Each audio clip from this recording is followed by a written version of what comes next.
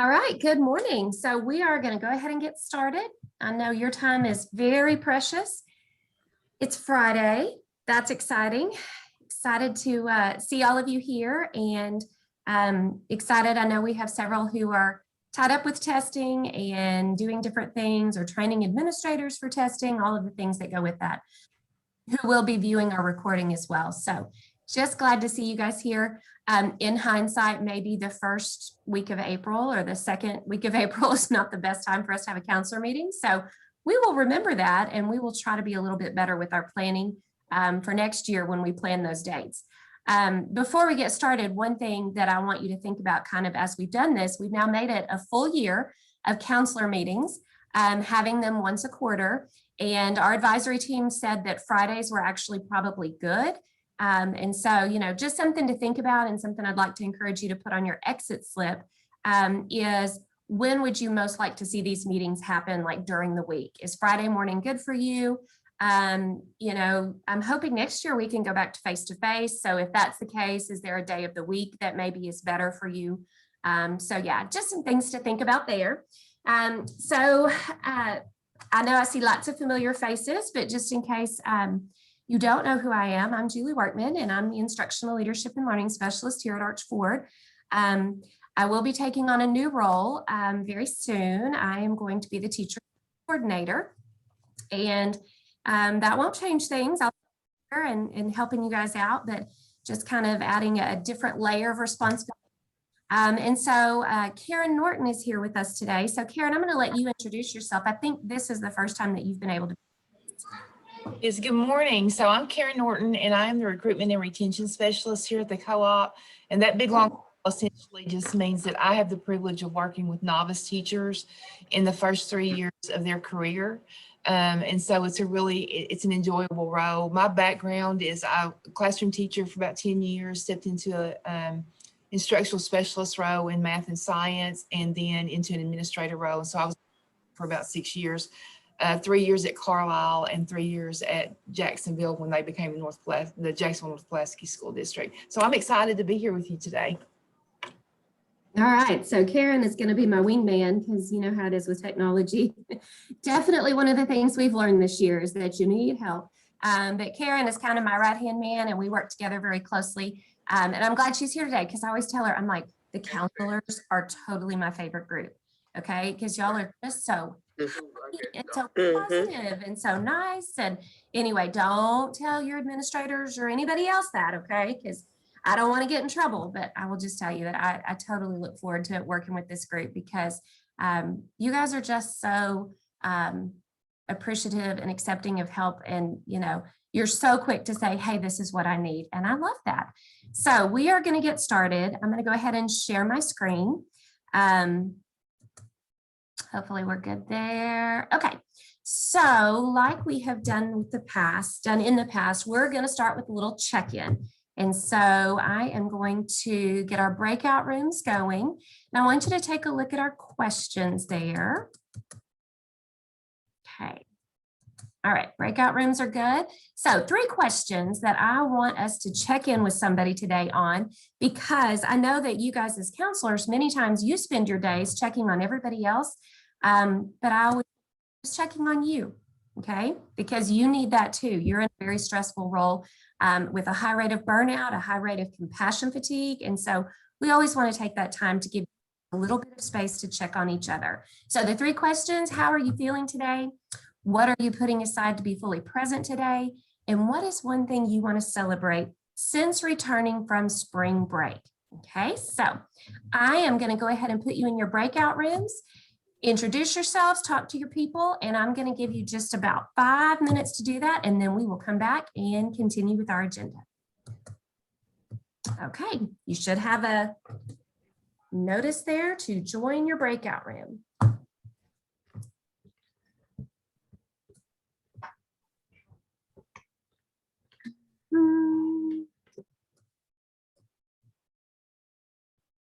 Mary Claire, do you see a breakout room, anything on there? Oh, hold on. Let me pop you in a room. Okay, you should see one now. Everybody. early. Sorry about that. It's just kind of an indication of how things are going sometimes. But anyway, I hope you guys had a chance to connect and talk to each other a little bit. And so we are going to continue. So one of the main things that I heard when I sent a message to everyone and said, hey, what are the things that you really need to talk about? A lot of people said, I'd like to know more about summer.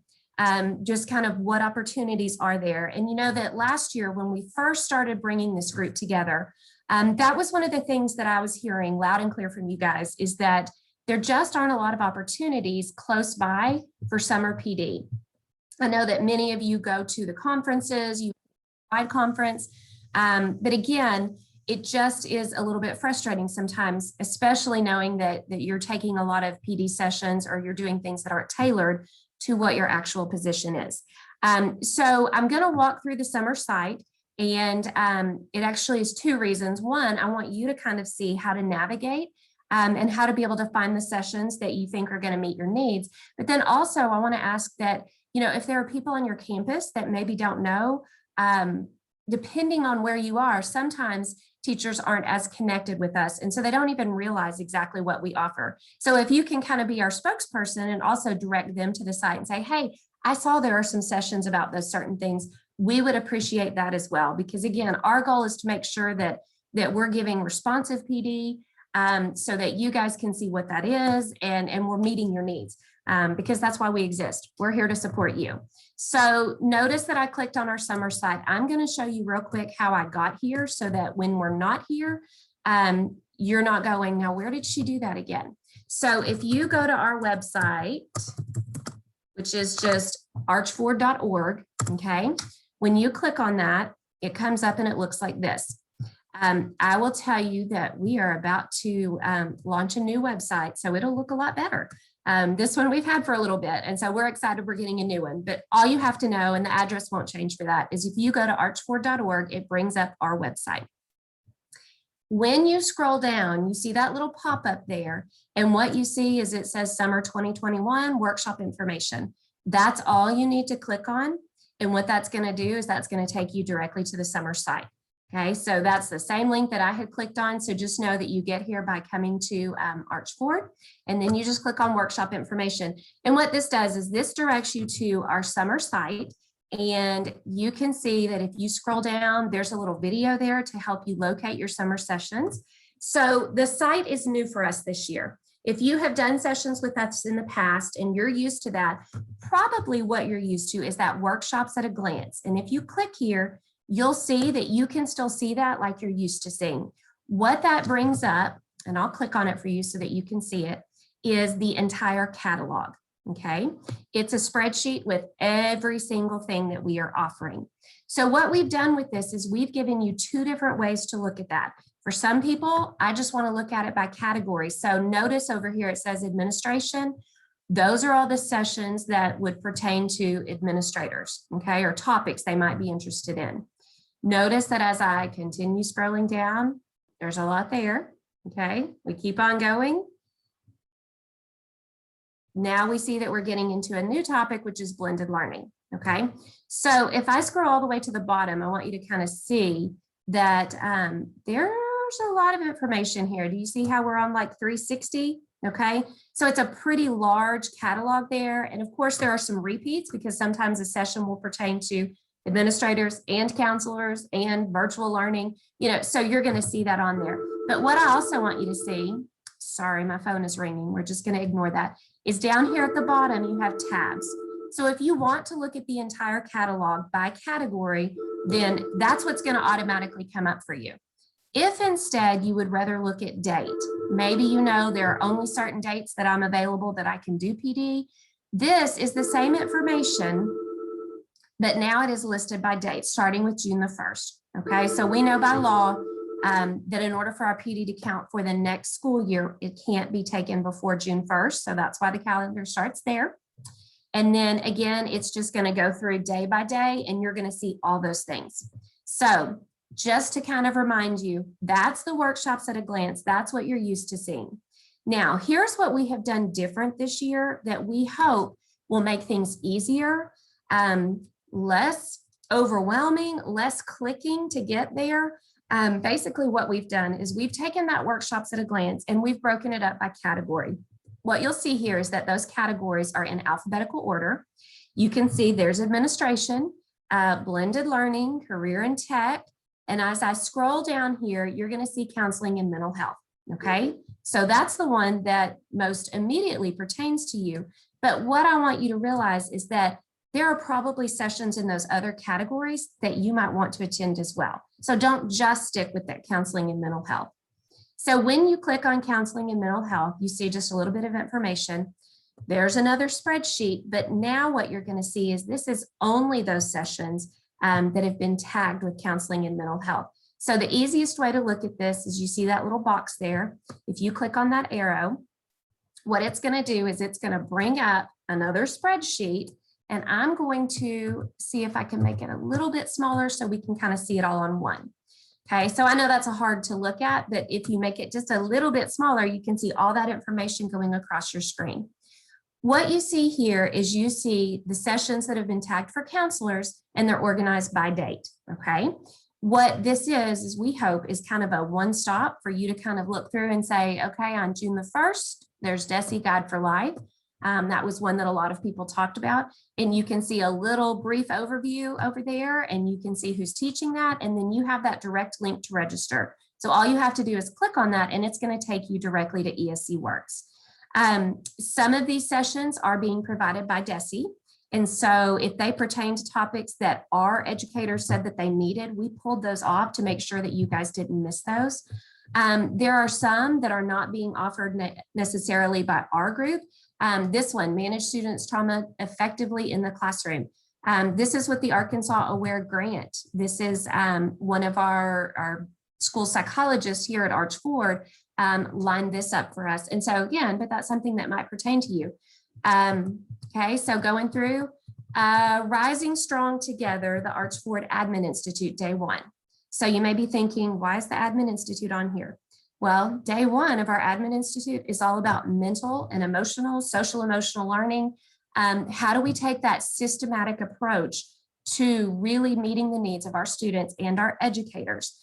I know that we have talked a lot about doing all that we can to make sure that our counselors and our administrators are having those open lines of communication, that we're on the same page with those things. And so I put that there, and you see that it says administrators and counselors because we would love for you guys to attend that day if you're able. We are bringing in Joe Kadimi, who's a solution tree. He's one of those that does the big keynotes, and he's going to be talking about a school-wide or district-wide approach to mental health and social emotional learning. And so again, we would love for you guys to attend that. And the other thing is that, you know, these are all available to you at no cost. So when you're in an Arch Ford member district, your district pays a consortium fee. And what that means is that every year they're paying that fee, and then you can attend however many of these you would like to attend. So if you're thinking, okay, well, my district says I have to do this 36-hour plan of PD, that's great, but you're always welcome to attend any of these on your own as well, okay? Because your district has already covered that fee for you. So there's the Admin Institute. The homeschool laws, sometimes that applies to counselors. Thank you. You see, we've got some teacher recovery and resilience post-pandemic, just some real sessions where we can talk through, just teach our educators some skills to help support them, just as they try to process everything that's happened this year. Many of you attended some of our trauma sessions. We've got all of the trauma sessions we had last summer. We're just taking those a little bit further, so you see those are there.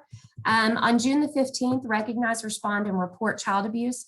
That is the required PD for us this year, child maltreatment. And so with this one, you know, you can get that on Ideas. You may be providing that for your staff by facilitating that Ideas session. But this is where we've brought in the Child Advocacy Center from Benton County, and it does count as that PD. So if you want to take a different approach, this is one that's available too, and it's a virtual session. Emotional poverty, we're going to talk about that today. As I give you kind of a preview of that, we have 3 opportunities for you to get emotional poverty. One of them is actually before summer. So April the 29th, we decided to go ahead and put one on the calendar just in case you wanted to do that and get it done before summer started. So we've got that one there, and then we've got one in June and one in July as well. Belonging and connection, very important. So here's one specifically that we are paying a presenter to come in for counselors. This is Nicole Fairchild, and we have heard from Nicole before. She is with Arkansas Aware, and she has been a school counselor. She's also a mental health therapist. And so she understands that role very well. And so this is going to be an in-person session, and we're limited right now to 50. Okay, so if you want to do that one, I would suggest that you sign up quickly. And we're limited because it is face-to-face, and that's as many as we can hold in Hargis, which is our largest space here. And so that's one that we've got, and it's just about that school counselor role. How do we do that 90% really well? Mental health first aid. I know that many of you are also youth mental health first aid trainers, but we have 3 trainers here on campus as well. And so we're offering that. Trauma sensitive classrooms. CPI, if you're familiar with that, the nonviolent crisis intervention, this one does have a fee of $23 just because you have to pay for your participant manual. Unless you are a novice teacher program, we will pay for that for you with the grant. And then there's some special ed stuff. Technology, I know that's one that a lot of you have asked for some support on. June 30th, we've got a big speaker coming in, Tyler Tarver. He's actually breaking it up into 3 2-hour mini sessions. If you're kind of like me, I can't sit for 6 hours of technology because by about hour 3, I'm overwhelmed and I'm like, I can't do all the stuff. If that's you, then just pop into whichever one you want. If you can handle all of them, then I recommend all of them. Tyler Tarver is high energy. He does amazing things with technology and connecting with students through technology. So that's a big one that we're trying to get as many people in as possible because it's just great resources. And then you see some repeats. A lot of the things we do in June, we also repeat in July. Digital makerspace, if you want to create your own videos, we've got that there. On July the 20th, updating your comprehensive school counseling plan. I know that that's one that many people were asking questions about. So I only pulled one of those off of the DESE calendar here, but they are actually offering that throughout the summer. And I'm going to show you in just a minute where you can see if you're interested in other dates. But that is the session that DESE is providing. It's always best to hear it from them because again, they're the ones that are looking at your school counseling plans. And so they've got some really good tips for you on that one. And then we've got some repeats. The last one that I want to point out is Safe Talk. I'm not sure, have any of you been Safe Talk trained for suicide prevention? I've had the opportunity to do several different suicide prevention trainings, and I will tell you that this is the one that has stuck with me the most. It is excellent training. We are bringing them in, they're doing it for free. It's a 3-hour session, so there's an opportunity. You could do it in the morning or you could do it in the afternoon. And the techniques that they teach you are just very applicable, very appropriate given what we know has been going on this year. Always good for us in terms of students, but also in terms of educators. So I highly recommend that Safe Talk training. That's why we did it about 2 years ago, I think, when it was the required training. But one of the best suicide prevention trainings that I've had. And again, that one is in person. She will only do 25 people at a time because of the content that you're talking about. They want to be very sure that they're meeting your needs with that. But again, especially for those of you that may have had suicide in your community, in your school, that's a good one that, even if you're completely trained, that's a really good one for you to recommend for administrators, teachers, anyone that's really struggling with. So what are some things that I can do? Some similarities with youth mental health first aid, but again, just very powerful stuff. Okay, I'm trying to look at the chat. Yeah, thank you, Irene, great training.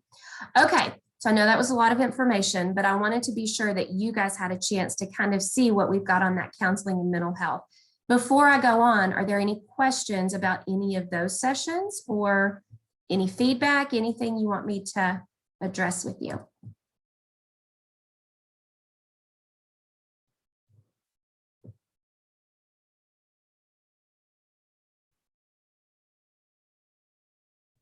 Okay, everybody good? So the other thing, remember we got to that from counseling and mental health. So by clicking back, then I can go back to that main page. A couple of others you might want to go back and check out that may have some things that meet your needs. Classroom management and behavior has some really good things. Our behavior support specialist, we've heard from Dr. Sheila Smith once this year. She's got some modules on there, some online self-paced modules, but really good stuff in terms of meeting behavior at level tier 1, tier 2, and at tier 3. That educator self-care and balance, that's another one that may really kind of cross over into some of those areas you may be interested in, or it could be that that's something that you recommend. I know several of you have done our self-care sessions before, and Candace Smith is taking those on.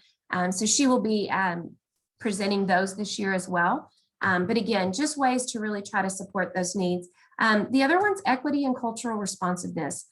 We know that many times that really contributes to students in terms of trauma issues and, just how do we really build up our skills in that cultural responsive area. So we've got a lot there. So I'm going to kind of scroll through. I'm not going to go through each of those, but I just want you to see that we've got everything there.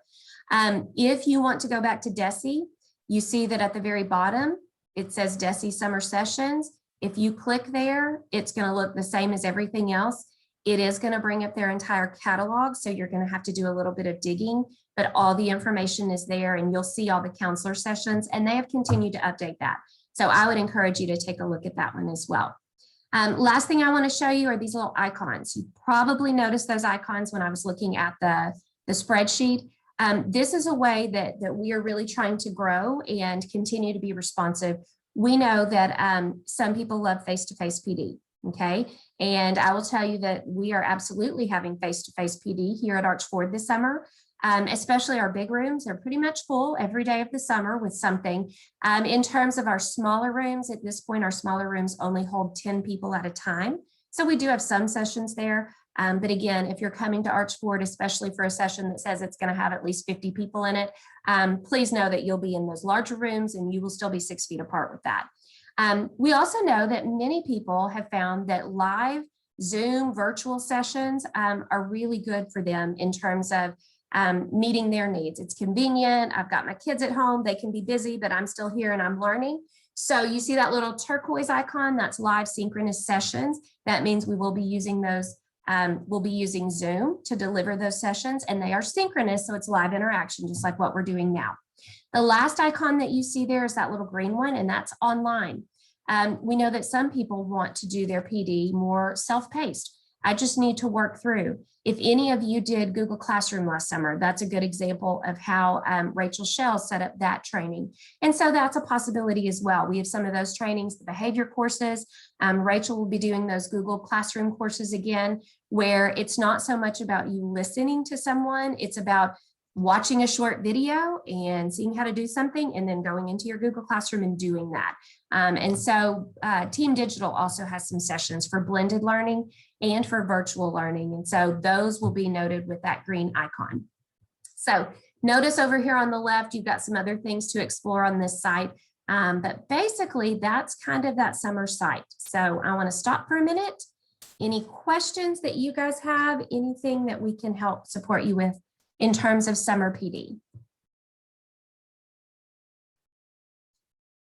Karen, do you have anything you want to add? I don't think so, other than I just want to kind of plug our lead teachers. So one of the things that we're really trying to do is grow capacity among the teachers in our region. And so we do have some lead teachers that are, and some of them are novices that are going to be presenting this summer. And so I encourage you just to take a look at their sessions. We're really excited about them stepping up and into an area that we're just nudging them to grow. And so it's exciting. All right, thank you. And I see Penny says, super excited about emotional poverty. Me too. Karen and I are both emotional poverty trainers, as well as Candace Smith. And so we're all going to be partnering on those. And you're going to get a little preview today. Hopefully just a 1 hour. When I was working on it last night, it is really hard to take all of that really good information and put it into a 1 hour overview. Terry, yes, this summer is when you need child abuse or mandated reporter training. That is the required for this next school year. Okay. And again, I highly recommend you checking out that one that we've posted. We're just trying to give you some different options because we know that the ideas course is approved and they're supposed to be launching a new one on June the 1st. But again, sometimes it helps to just have different sources of information on that so that you can help answer those questions. All right, any other questions, comments before we get on to our next part?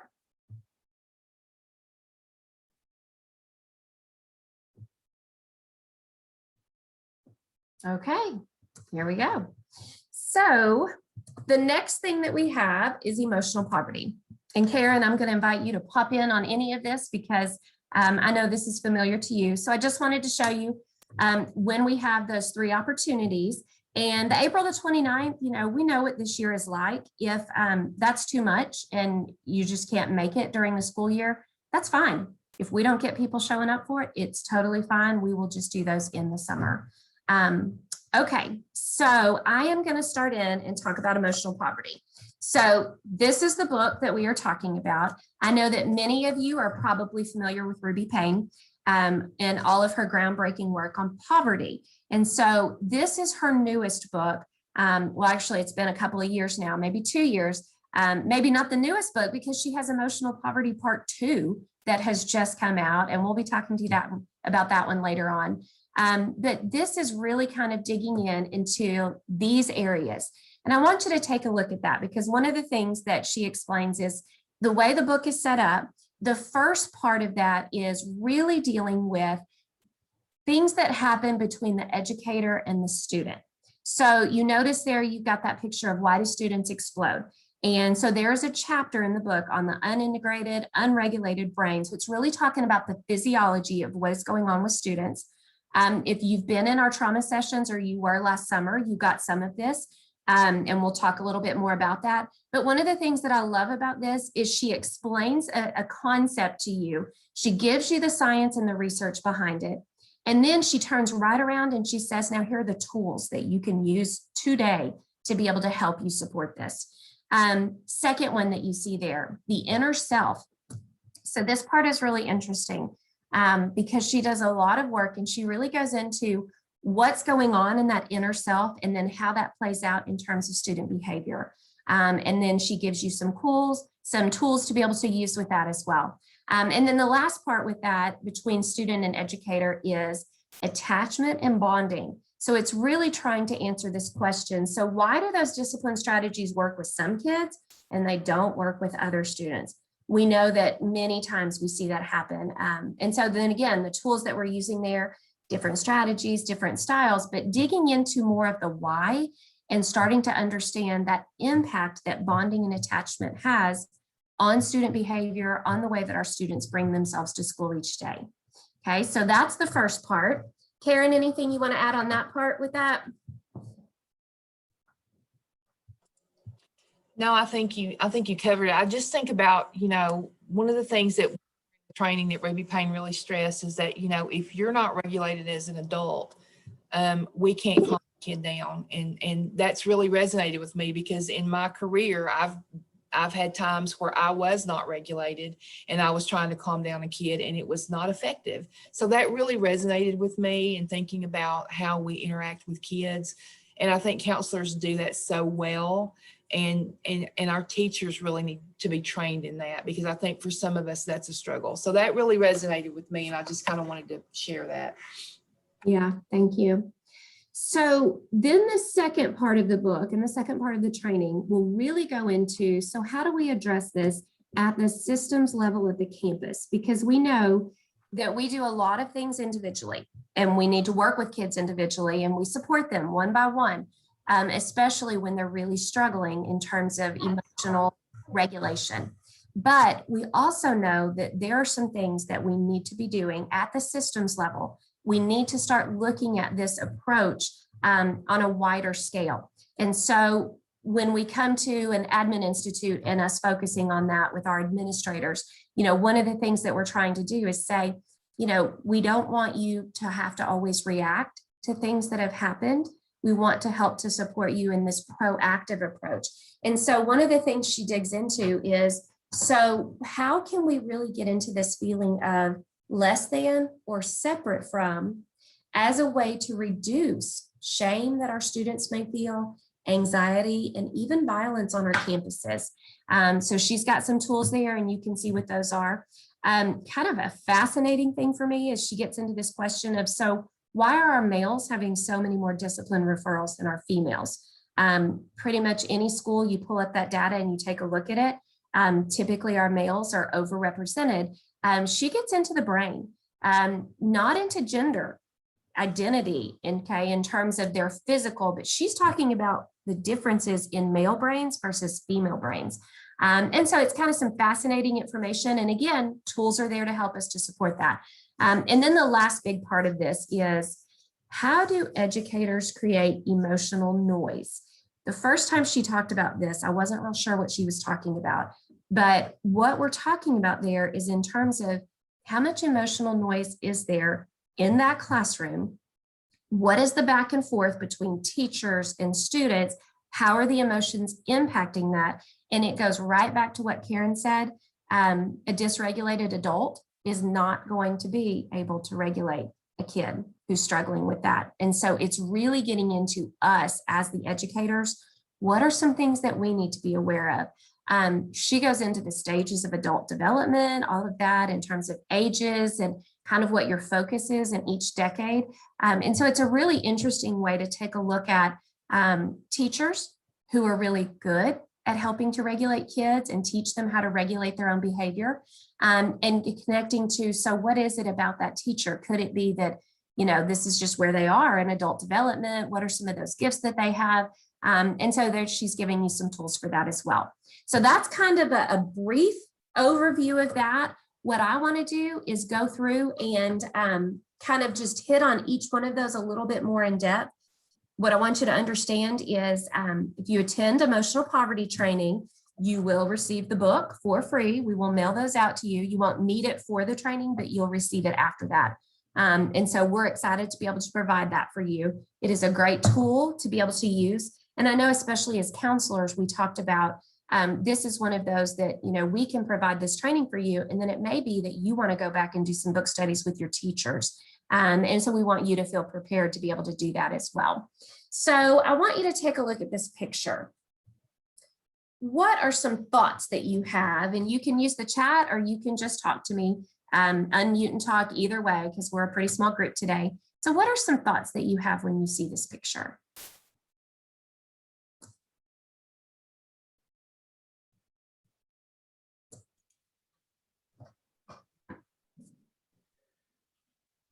Well, he's going through the stages. You know, you can see he's okay. And then one at a time, something has created that explosive.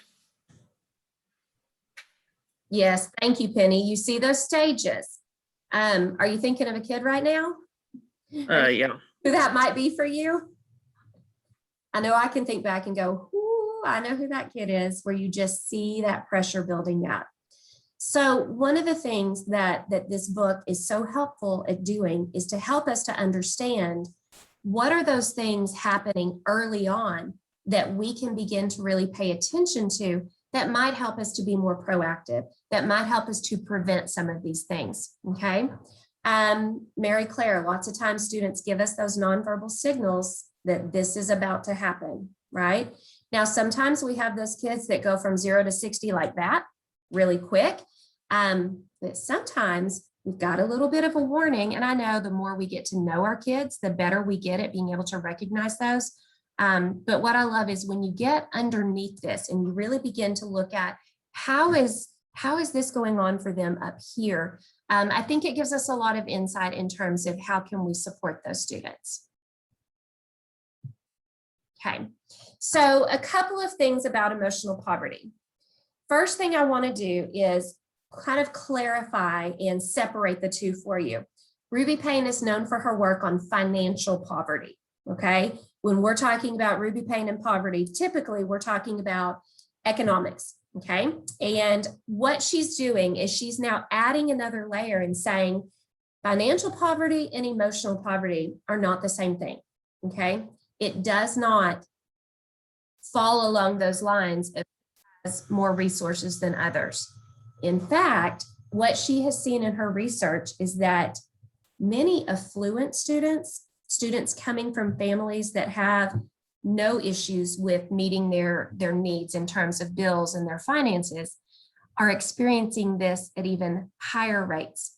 Our privileged students are among some of the most emotionally distressed kids in the United States. So what are some things that you see there? Do you agree with that? Do you disagree? Any reasons why you think our privileged kids are struggling with this?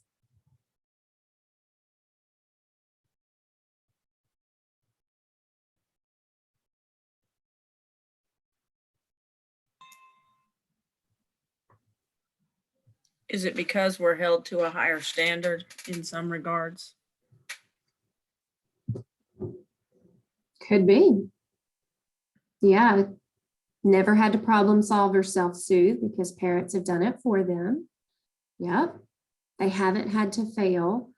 Yeah, very good thoughts. Anyone else? They've never had to be without. I mean, we think about what do we learn when we're without? You know, we have to learn some of those problem solving skills. Yeah, when they start struggling, then they struggle to cope. Yeah, Jennifer's talking about parenting. A lot of parents from those generations, or we don't talk about our feelings and things, so the process is not there. And yeah, those survival skills. So there's a whole lot to this that Ruby Payne has really started to stumble upon in terms of many times, I think in schools, we're trained to look at our lower socioeconomic kids and we automatically think that's where the issues are going to be. And so it's expanding that to understand that there's a lot of this that is really hitting our kids who are not in those areas. Okay. Yeah, parents making the money, they don't spend a lot of time with their kids. Maybe we're trying to hide things, just like Mary Claire says. We want things to look good to everyone else. Okay. So for a variety of reasons, I know that the last time we met, we talked about anxiety. And when you think about anxiety and who is experiencing that at high rates, oftentimes it's our kids from those more privileged backgrounds. This is a book that Ruby Payne recommends that she just says, you know, really kind of goes deeply into this. But the main thing that I want you to see here is that when we just start talking about emotional poverty, we're talking about all kids, okay? But it's not the same as what we have talked about in the past in terms of financial poverty, okay? So just kind of let that sink in just a little bit. Another thing that we're talking about, so what is emotional poverty? What does she mean by that term? The first thing is that it is not a clinical disorder, okay? You're not gonna go to the doctor and they're gonna say, you have emotional poverty, okay? Instead, what she means by this concept is that these four things that you see on that slide there are prevalent with this student or present with the student. So difficulties with regulation, their brain is unregulated and unintegrated. And we'll go deep into that in this training in terms of the physiology of what's going on with the brain. And again, some tools to help teach students how to overcome that and how to begin to recognize that. Lots of crossover and overlap with our students who have experienced trauma. Second thing that she uses here is that these are students where attachment and bonding is not secure, okay? And we're talking about attachment to that parent or that caregiver. And she goes very deep into this, being able to identify different types of attaching. Not that you're going to be trained to where you go around and you say, oh, you have safe and dangerous attachment. But instead, it's being able to recognize those signs, just like that picture at the beginning, so that we know who our kids are who have those different attachment styles.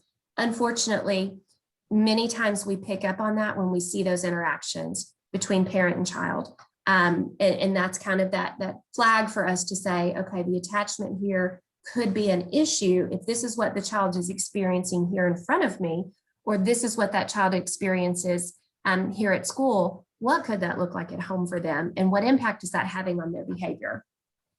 Their inner self is underdeveloped and it is dominated by deep hurts. To me, this goes back to trauma. When we begin to think about our kids who have those extreme behaviors, you're getting called to the classroom because, you know, Johnny's throwing a chair. and teachers called and admin has said, send a counselor and you're down there.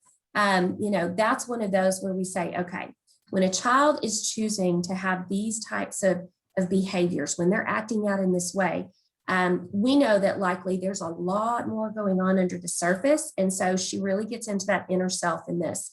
And then the last part is that feeling of you feel less than or you feel separate from. When we have all four of these happening together, this is what she's talking about with emotional poverty. So what I want to do is I'm going to put you in breakout rooms for just about 3 minutes. I promise I won't hit the wrong button this time. You may want to take a picture of this slide so that you can kind of talk about what those four are, because you won't see it once I put you in breakout rooms. But I want you to just kind of talk to each other about, so what are your thoughts about this concept of emotional poverty? Do you agree? Do you disagree? How does it fit with what you do on kind of a daily basis? Okay, any questions before we get going?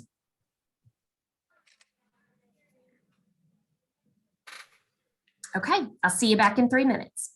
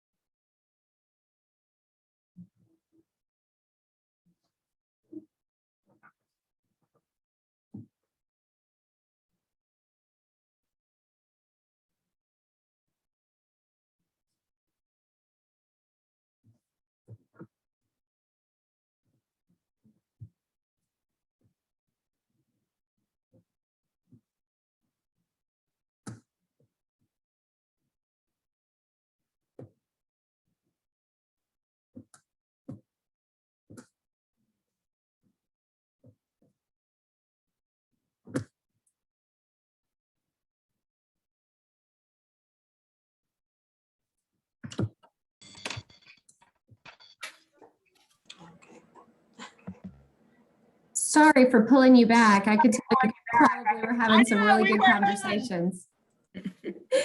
Sorry, I could tell because when I closed them, nobody came back. So I will make sure to give you a few more minutes as we do just a little bit more to continue talking with your group. So anybody want to share with us what kind of conversations did you guys have?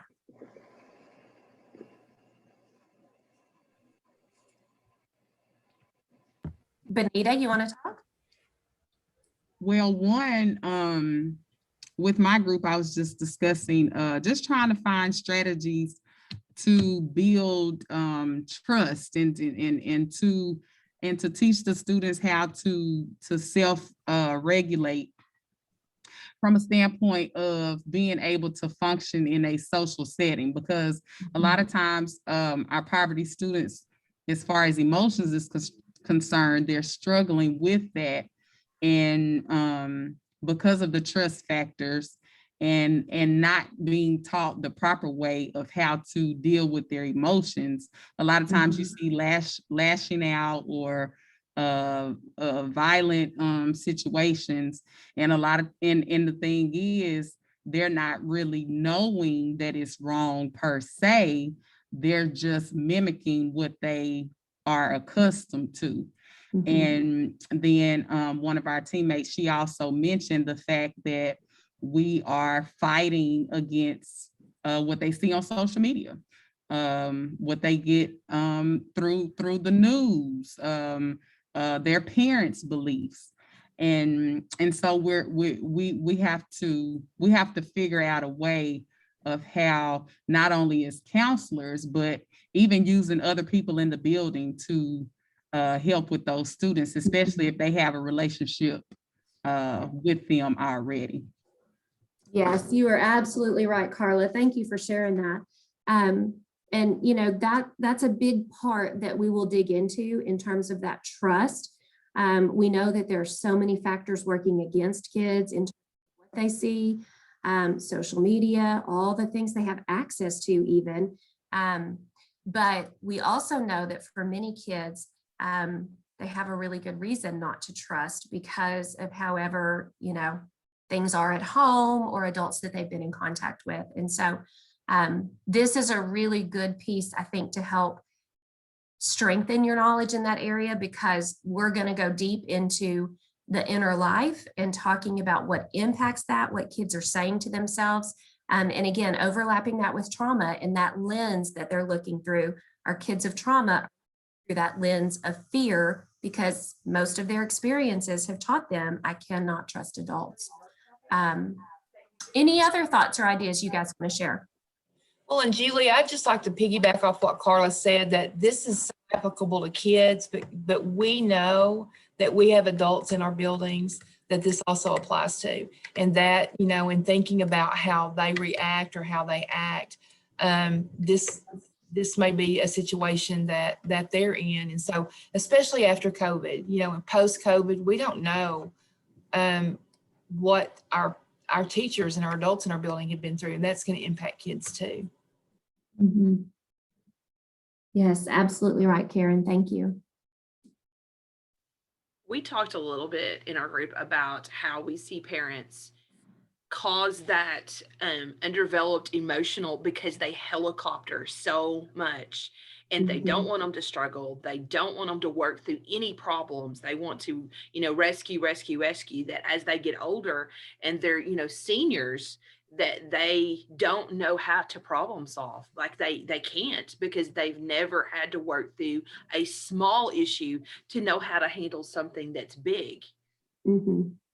Yeah, you're absolutely right. And I think just like we talked about earlier with our kids from more privileged homes in terms of finances, especially, that's one of those big areas that they struggle in, because we've taken away all those learning opportunities for them, which in turn makes them believe that they can't do that, you know?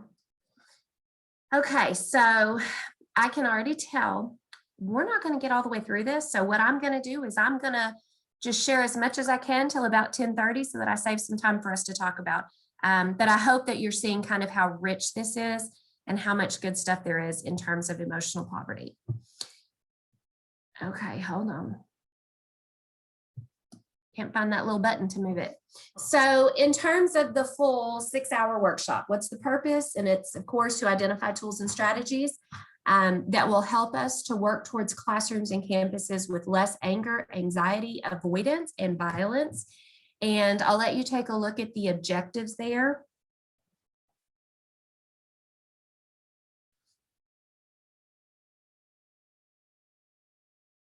One of the ones that I think really stands out to me is that having tools to motivate good behavior.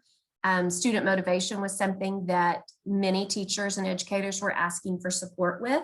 And so there are a lot of aspects in here that can help us to do that. And again, that emotional noise piece. And so here's the big thing that we know. We know that for our kids and for our adults, emotional wellness is really rooted in safety and belonging. This year we've seen Maslow's hierarchy everywhere, where people have begun to say, you've got to do all of these things. You got to Maslow before you bloom. And we know how important that is. But to our emotional wellness, it's really rooted in that feeling of safety. I know for me, typically before COVID, I would say, safety and belonging, I'm pretty good. I mean, yes, when I moved to a new town by myself with 3 kids, that belonging piece was kind of shaken just a little bit, but it took a little bit of time and I was able to build back from that. But when COVID hit, I think just about every one of us got hit in this area. Like, I don't know if I feel safe anymore, like physically safe. Am I going to get this? Is somebody in my family going to be affected by this? And so when we think about, to me, it's been a really good reminder of, we have kids that have felt that all day, every day, not because of COVID, but because of, whatever household they're living in, or because of a parenting style, or living with a parent with mental illness, all of those things. And so it's just important to remember that it's all rooted back in that safety and belonging. So what I've tried to do here is kind of just highlight each of these sections to give you just a little bit more information. I will tell you, there are like 250 slides in this presentation. It's going to be a hard thing to get through all of that, even in 6 hours. I'm going to talk really fast, right? So you can imagine what it was like trying to bring this down to 1 hour. But just know that I'm skipping a whole lot of the really good content because I want you to come back and do the full 6 hour. But it takes time to really dig through and process that information. So the first section of the book is all about regulation, okay? And what we know is that kids who have unregulated and unintegrated brains typically struggle with keeping their behavior under control. And so I want you to take a look at this. You agree? Disagree? Can we process those emotions way faster than we process our thoughts? Yes, we know that we can. And so because that emotion is processed so much faster than our thoughts, we know that many times we flip our lid. That's what Ruby Payne calls it. You flip your lid when you start to lose it, right? So what we know is that the brain cannot and does not name or control that emotional response, okay? It happens. And so that's why we have to teach kids to regulate.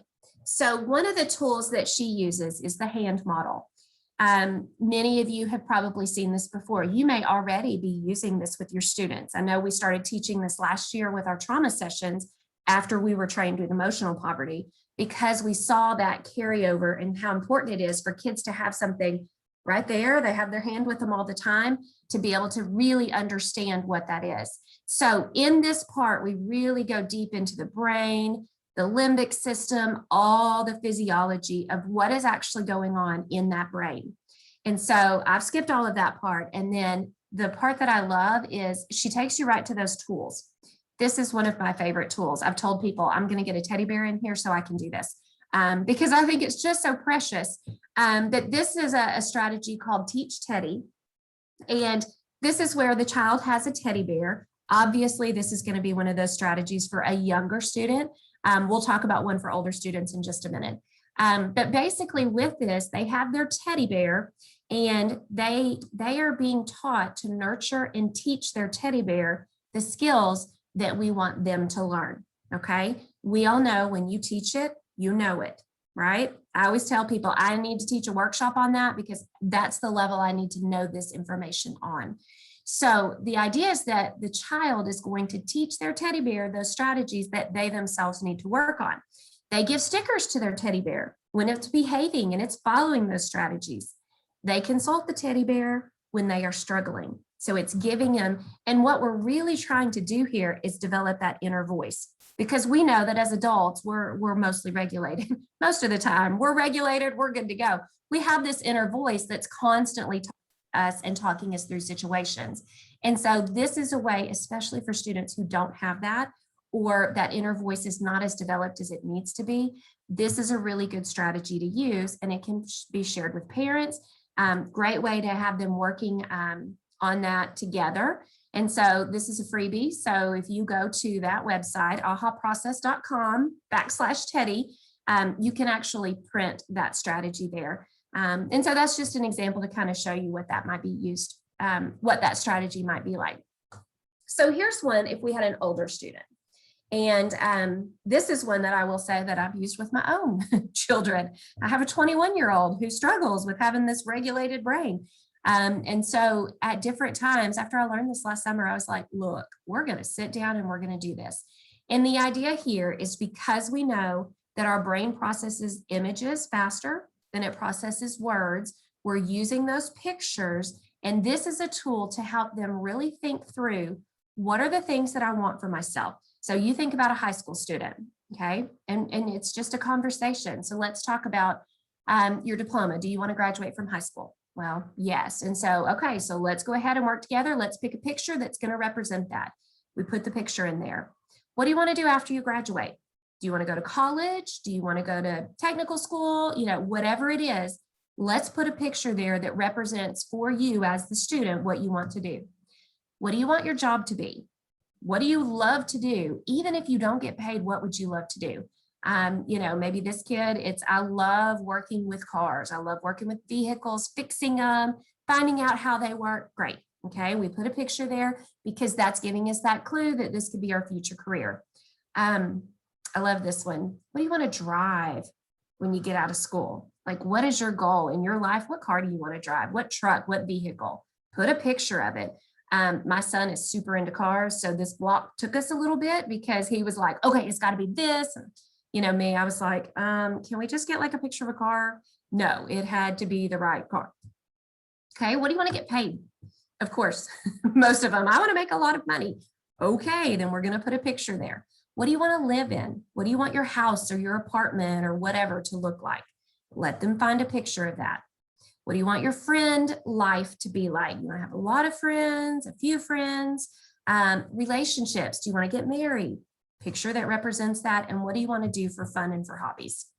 So the idea here is that, you know, of course, you're going to work with them on building this visual storyboard at a time when they're regulated. Okay, they're feeling good. They're wanting to have a discussion about their future. When they're unregulated, this is a tool that you can teach them to go back to, whether it's in their binder, they keep it a picture of it on their phone, whatever it is. This is a tool that when we feel like we're flipping our lid, something's going on, we can pull this up and we can begin processing these pictures one at a time. In this situation, what is going to take me closer to achieving my visual storyboard, my visual future? What is going to take me further away? Just helping to give them a little bit of a pause so that they have got a tool that's going to help them to regulate. Any questions or thoughts about the visual storyboard?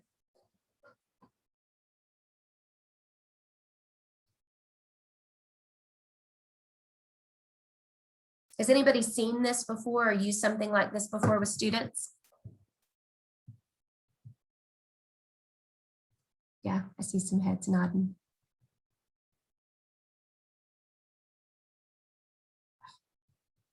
Trying to get the chat, hold on. Okay, good. Yeah, love it. I will tell you from the parent standpoint, it was great because it gave me language. So my 21-year-old, his ACE score is 6, just so you know. And so he's got some struggles, and we were having, during COVID, I went to get him, he lives in Texas. started college there, didn't quite make it, had a hard time sticking with what he wanted to do. And so we had about 3 months when he lived with me during the quarantine.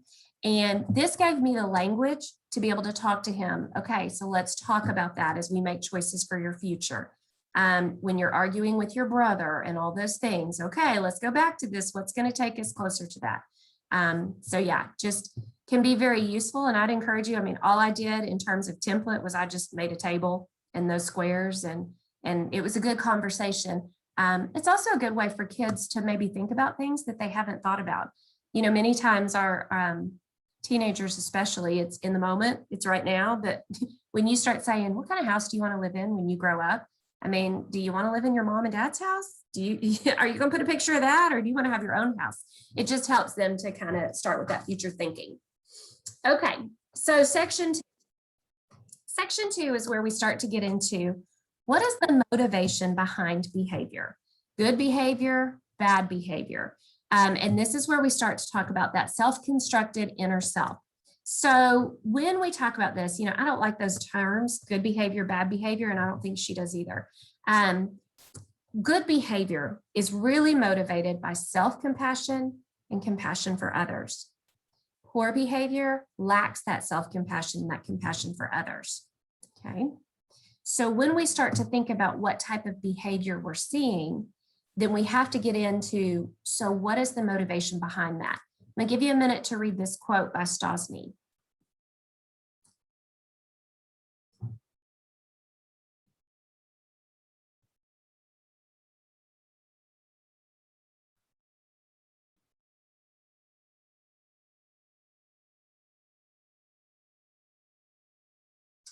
So Ruby Payne uses a lot of Stosny's research, and you can see that this comes from Treating Attachment Abuse, a researcher who's done a lot of work on this. And when you start to get in that self-construction and how we view the world based on our experiences, that's what we're talking about there with that inner self.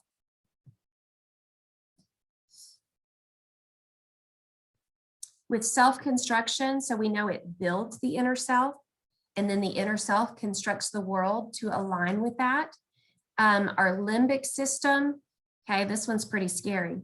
So limbic system, which includes the amygdala, is pretty much fully developed on a structural level by age 3. They call this the toddler brain. So, you know, when we begin to think about our students who are really struggling in school, and we go back to what was that like for them, 0 to 3? What kind of stability did they have in their life? So much is set at that point. Now, we also know that during adolescence, the brain reconstructs itself again. Those of you working with middle school and high school, that you see a lot of that, you know, they're one person one day and another person the next day, trying on all these different identities. But what we're really talking about here is that the true self is the structure of the inner self. And you have to get into that when you begin to look at that motivation behind behavior. So take a look at some of these inherited traits, okay? We know that we all fall at different places along these continuums. We know that our students all fall at different places as well. I'll give you a second to kind of process that.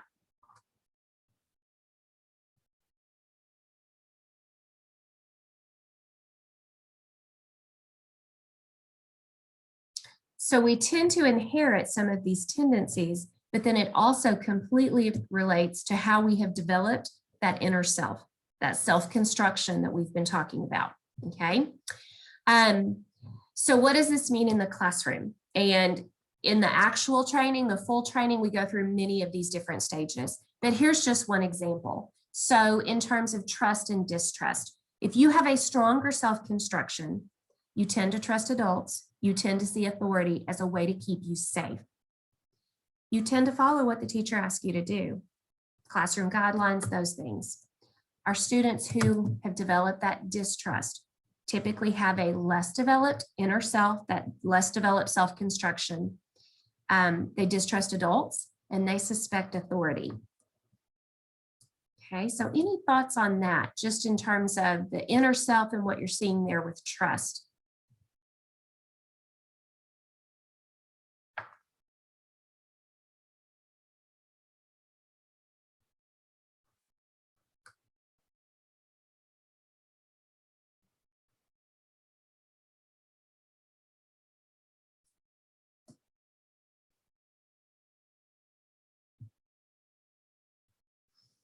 Yeah, Lorraine, you're right. She says much of that is learned from the parent. Okay, any other thoughts on that?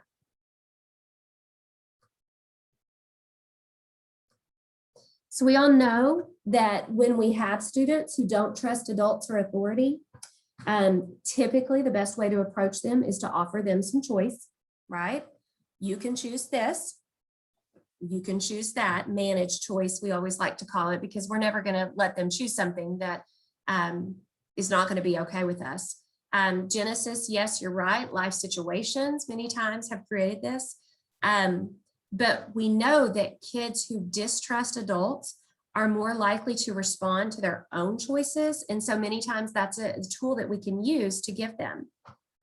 Karen, you got something? Well, I just wanted to mention that when I see this slide, I think about Heather Forbes' book, Classroom 180, and I know Julie's probably mentioned that book to this group before, but I think about that unbalanced hierarchy. And if a child is from a home in an unbalanced hierarchy where they are kind of head cheese, then, that there's a trust factor, but there's also when they leave their home, they're the authority figure in their home, and they come into the building, into the classroom, and they're not the authority figure, then there's this struggle of power. So it just, that I really thought about. So guys, if you haven't read that book, I strongly encourage you. It is so powerful, and it really aligns with everything that Ruby Payne's talking about. Yes, this one right here. And so if this is one, and I know I've showed you this before, how thick it is, because it is a total how-to. It is not theory. It is not research. It's all based on that. It is all about how do you really do this in the classroom. And if you want more on this, our trauma-sensitive classrooms, it's a 2-day training we offer in the summer, completely based on this, okay? So just getting back to that managed choice, if we understand why that student doesn't trust adults, then we can approach them in that different way and say, look, I understand. It's okay. I'm going to give you choice in this area. And it oftentimes takes some tension, even talking to kids and saying, I know that you may have a distrust of adults. So again, this is a part where you go through all the different stages and you begin to see how does the stronger self-construction deal, and how does a student who has maybe a less developed self-construction approach this situation. Okay, so I have to keep moving, y'all, so I can see the words. Why is that inner self so important? Well, because it's the motivation for good behavior. It's driving what we're doing each and every day. It's driving what our students are doing. It's driving what our teachers are doing as well. Here are just a couple of things about if a student has a weak inner emotional self. This is typically how they might see themselves: as a victim, needy, harmful or destructive, hurting, or even damaged, okay? And when you think about, if I see myself in that way, all of these factors, how do I see everybody else's actions? How do I respond to their actions? The opposite side, so what if I have a strong inner self? Well, then I typically see myself as somebody who's capable, productive. I'm a problem solver. I'm a learner. I'm a nurturer. I have compassion for myself. I have compassion for others. You think about how the student who has a strong inner self is going to react in a situation. Think about just your typical classroom situation. Student not following the rules. Teacher has to say something to them a couple of times. It continues. You get to that point where now teacher's given that consequence. What's the difference in how the student with the weak inner self responds to that versus a student with a strong inner self responds to that? Okay, it goes back to what we just talked about with trust and distrust and how they respond to authority. The other part that we typically see with students who have a weak inner self is those inner emotional hurts, how they see themselves: ignored, unimportant, unattractive, less than, separate from, not valued, misunderstood, accused, and unlovable. Okay, some pretty strong terminology there. And again, how does that impact their behavior? So what she tells us is that if my inner self is weak, typically I'm going to engage in behaviors that reinforce that idea that I am all of these things. Okay. if my inner self is strong, just like that, I'm going to engage in those behaviors that reinforce that idea. So one of the things that was so powerful in the training that Ruby Payne did with us, that we will be doing in the full training, is she showed video clips. And I was taking a look at video clips last night, and there are so many good ones out there where you can really see this played out. So I'm not going to take the time right now to share one with you, but one of the videos that we use is The Bad Kids. It's a documentary completely available on YouTube. And it's about a high school that is kind of the school of last resort for kids who have struggled in many different ways. And it just goes through as a documentary and kind of interviews them, follows their daily life. And so much of this you hear and you see in how these students are responding to the adults around them, the adults in the school.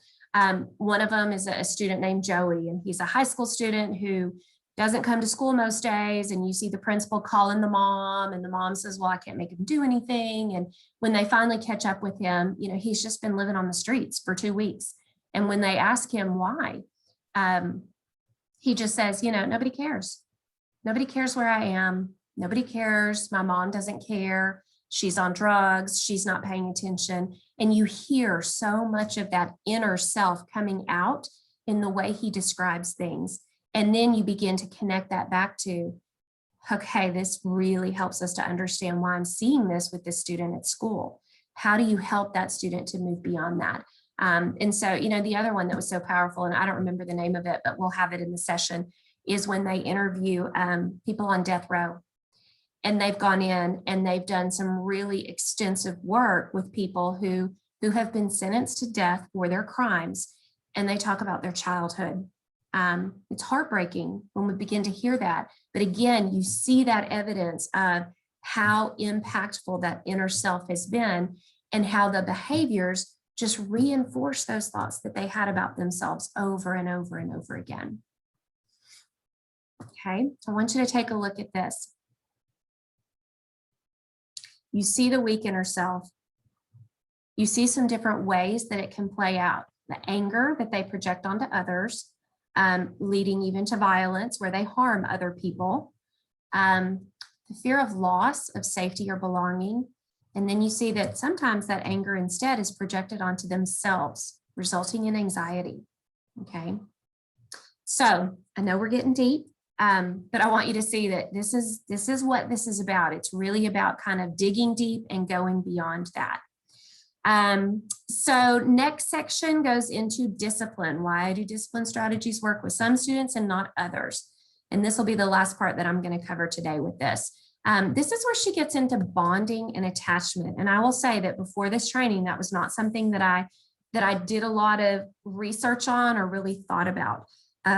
But when you get in here and she takes it down to the 4 different types of attachment that students can have, you see the impact of that parent across that lifespan. And so we know when we're talking about our students in school, we're typically talking about the parent bonding and attachment. And a lot of the research that she cites here goes back to some studies that they've seen with babies and with toddlers and how they react to when the parent leaves them.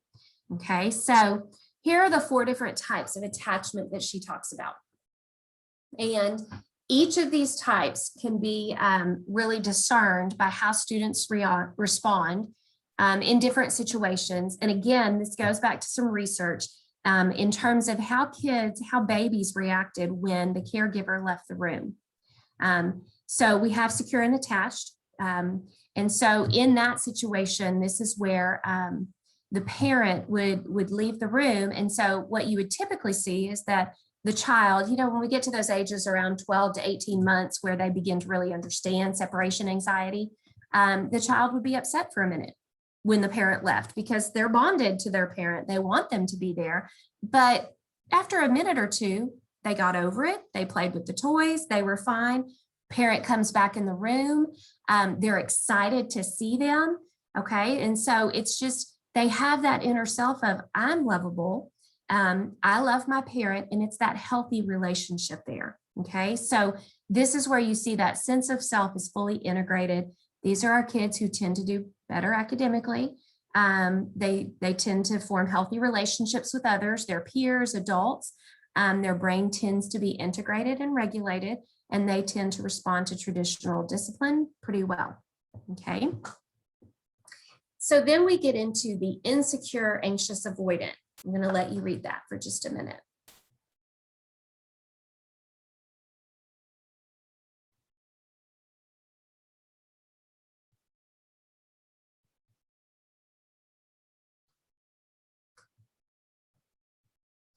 Okay, so when we're talking about insecure and anxious ambivalent, I'm sorry, anxious, hold on, I gotta get on the right one. Anxious avoidant.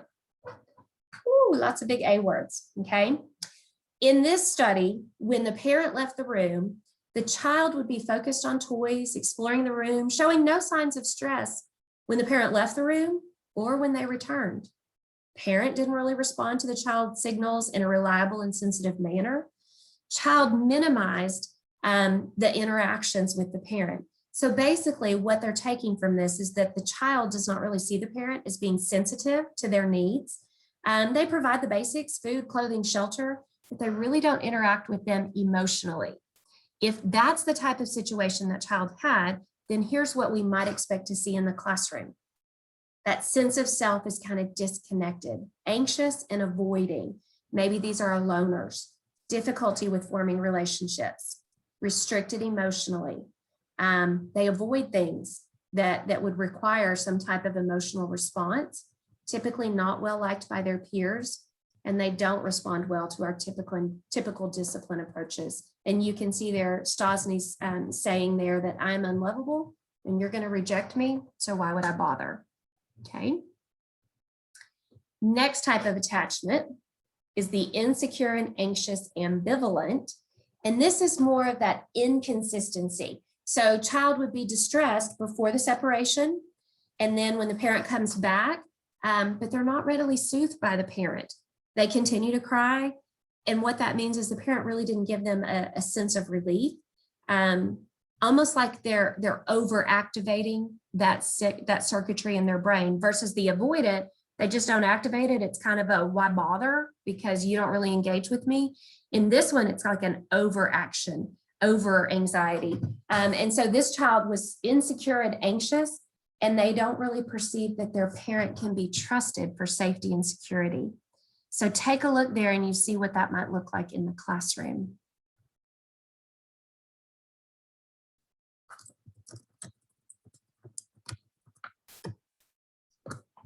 So these are our kids that we may see in the classroom, really anxious, easily bullied, difficulty with boundaries. They don't always do the work, lots of assurance. And if there's a problem, they blame self. So I know that you guys have talked in the past about a lot of kids with anxiety. This could be part of what's going on there. And then the last one, and this one is difficult. This is the safe and dangerous. And so the video clip that we show here is from the movie. I don't know if any of you have seen it. Tonya Harding. We probably all remember Tonya Harding, the ice skater who, beat up Nancy Kerrigan and all that. There's a movie called I, Tonya that I can't show you any clips because it's a little explicit at times because apparently they didn't use very good language around each other. But the mom in that situation, Tonya Harding's mom, is a really good example of this where sometimes I can trust you and sometimes I can't. And so in that video clip, what they're showing is Tonya is a young girl on the ice skating. Mom is there, but mom is berating her. She is telling her, you can't get off the ice until you do this correctly. And the little girl, Tonya is saying, I have to go to the bathroom. And she's like, I don't care. And she ends up using the bathroom on the ice because the mom is not listening to her. And so it's a really good example of that safe and dangerous. It looks like things are safe because mom's supporting the ice skating and she's making sure she has everything that she needs, but her interactions with her are dangerous. And so it's this back and forth of, I can trust you sometimes, but then there are other times when I absolutely can't trust you. So what does that mean for the student? It means that, it's that lens of fear. I think of our kids who have been through complex trauma is really fitting here. I can't name my emotions. I don't know why I feel this way. Parents who are raging when they're angry, but then there are other times when they can seem like they're overly nice, overly sweet to them. Boundaries are all over the place. Karen, I think it goes back to what you're talking about with that hierarchy. Many times kids in charge at home, they don't respond well to those discipline techniques. And they absolutely need development of that regulation and that inner self. So any thoughts about just these different parenting styles, the attachment, all of that that we've just talked about?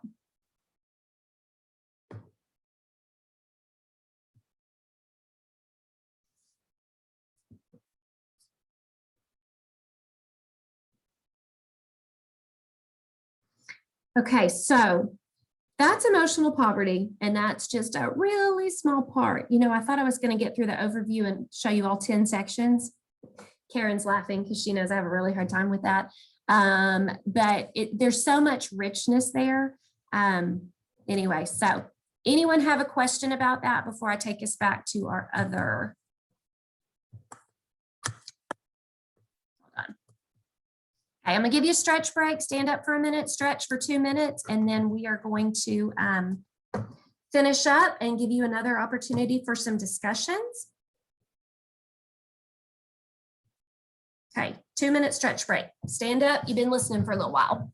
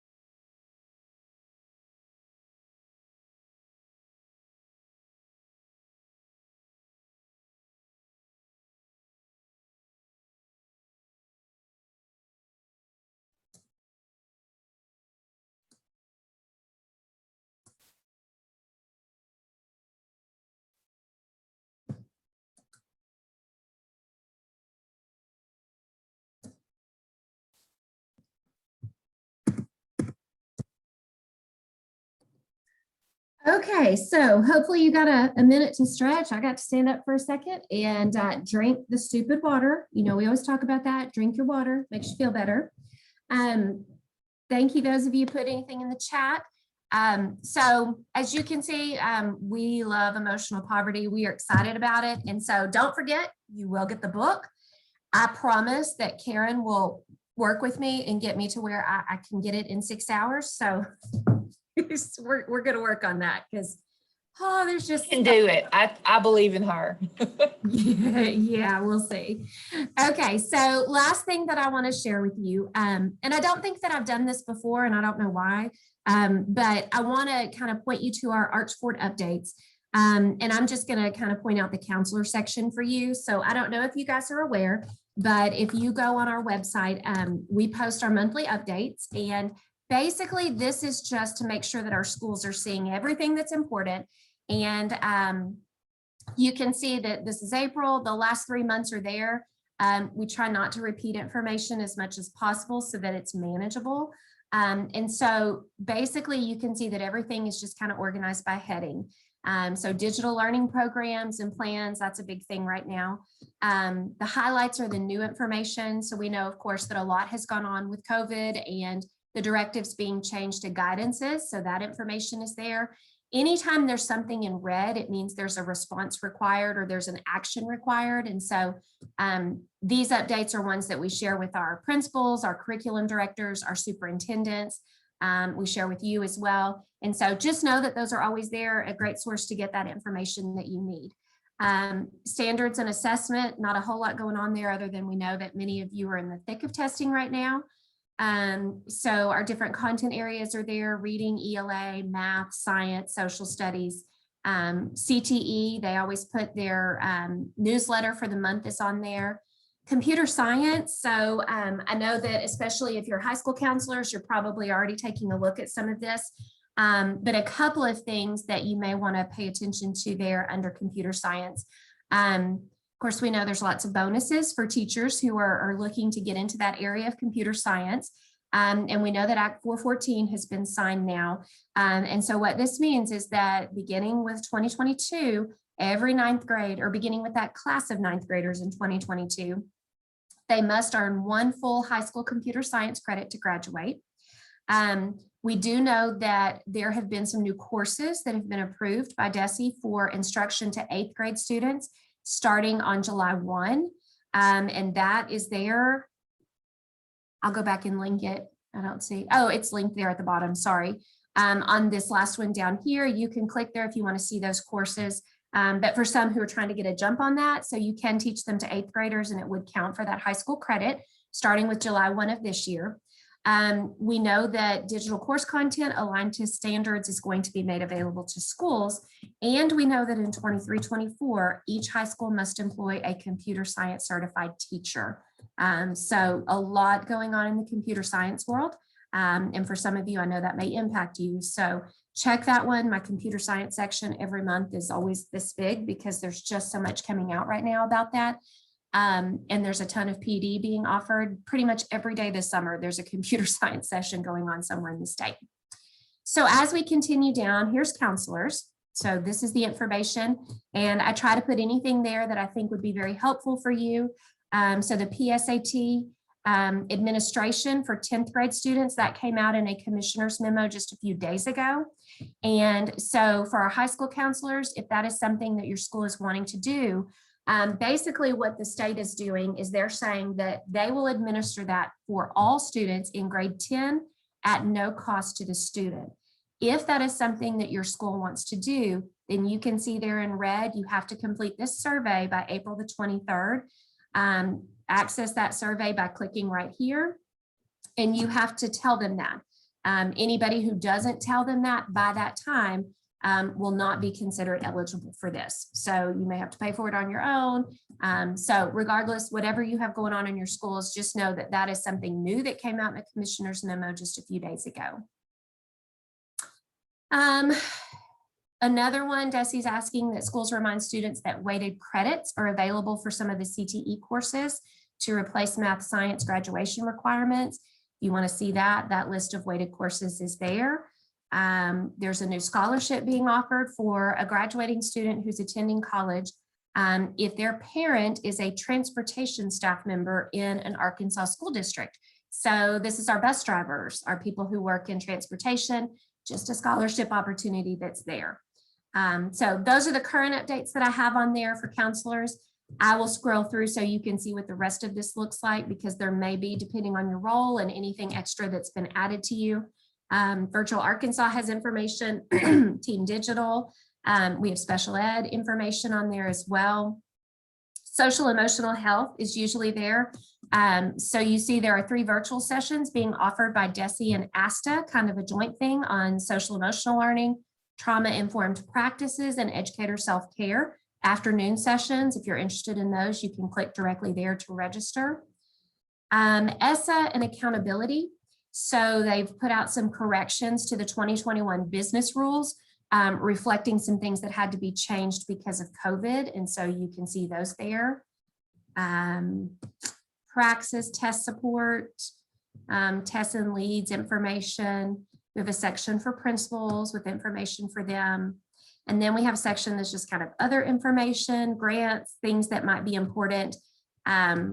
Commissioners memos right now, a lot of commissioners memos are coming out about money.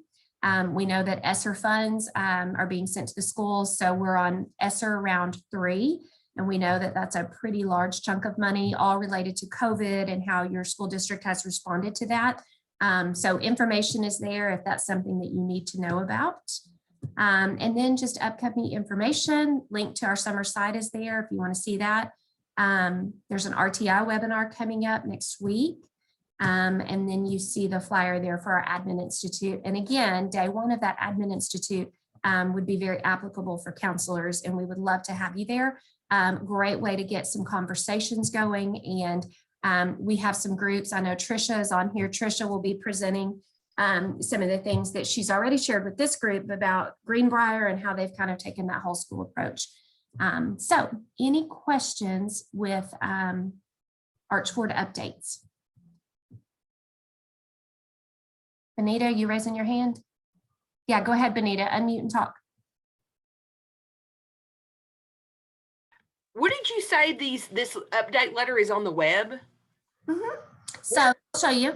I'll show you real quick. That would be great, because I've got my computer going. I'm like, I cannot find that. Okay, so, and you know what? I'll start sending them out to y'all every month too. I already email them out. But if you go to Archford and you scroll down, we have our counselor site. I haven't been putting them there. I put them on the Archford admin site. So when you come to that, you just see where it says monthly updates, and they're right there. I always embed them. Just, do you need to know what's most important? Here's the TCC monthly updates, and it's accessible right there. And like I said, you can always access the last 3 months worth by clicking on that so that you can go back, because I try to take the information off so that it's not bogging it down. It's already like 10 pages already. All right, cool. I wasn't looking under admin. I was looking everywhere else. Okay. All right. Oh, Millie, you're so sweet. Y'all are my favorites. I have to stop saying that. Okay. Any other questions about updates?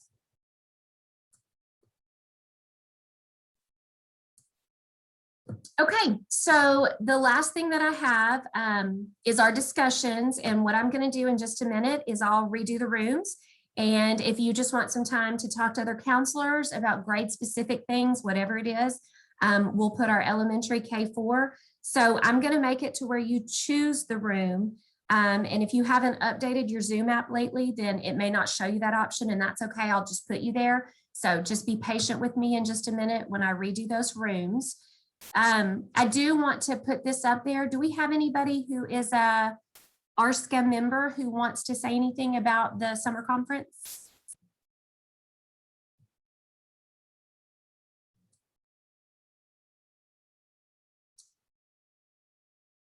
Okay. I'm an RSCA member, and our secondary counselors try to go every year because it is chocked full of resources.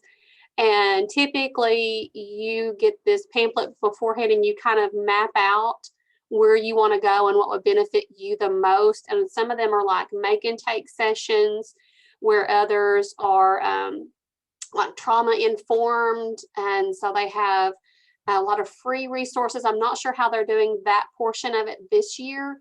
But usually they have out in the foyer area where you can pick up free posters, informational guides that you can take back to your class, your schools, and post in the hallways. Like we always get our drug-free stuff there, you know, domestic violence information from there. And then they've got little stop and shops stuff to where you can kind of purchase for your office or just personal too.